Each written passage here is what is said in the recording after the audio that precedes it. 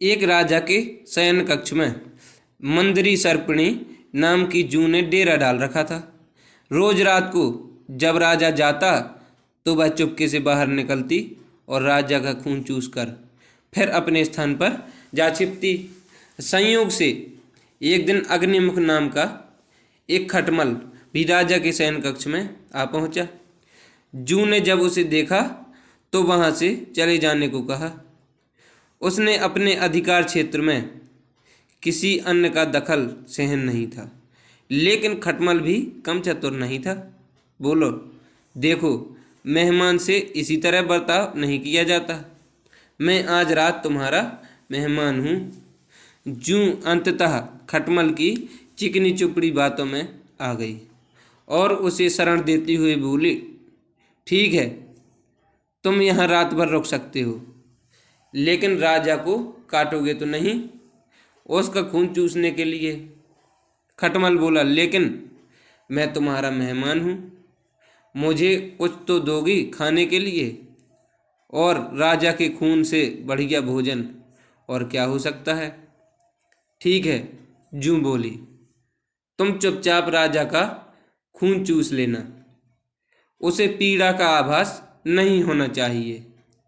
जैसा तुम कहोगी बिल्कुल वैसा ही होगा।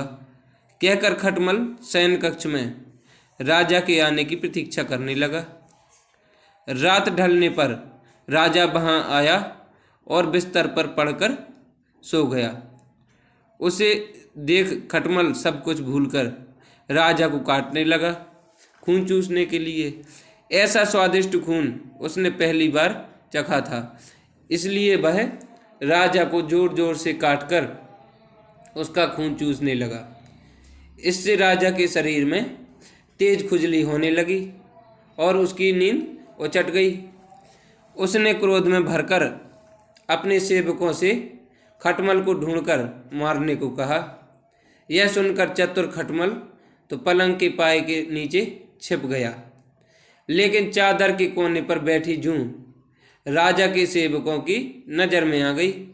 उन्होंने उसे पकड़ा और मार डाला। यह कहानी भी एक महत्वपूर्ण शिक्षा देती है कि हमें अजनबियों की चिकनी चुपड़ी बातों में आकर उन पर भरोसा नहीं करना चाहिए, अपितु उनसे सावधान रहना ही चाहिए। दोस्तों, कहानी अच्छी लगी हो तो प्लीज़ लाइक करें और हमारे चैनल को सब्सक्राइब करें। मिलते हैं किसी और वीडियो में, जब तक के लिए धन्यवाद।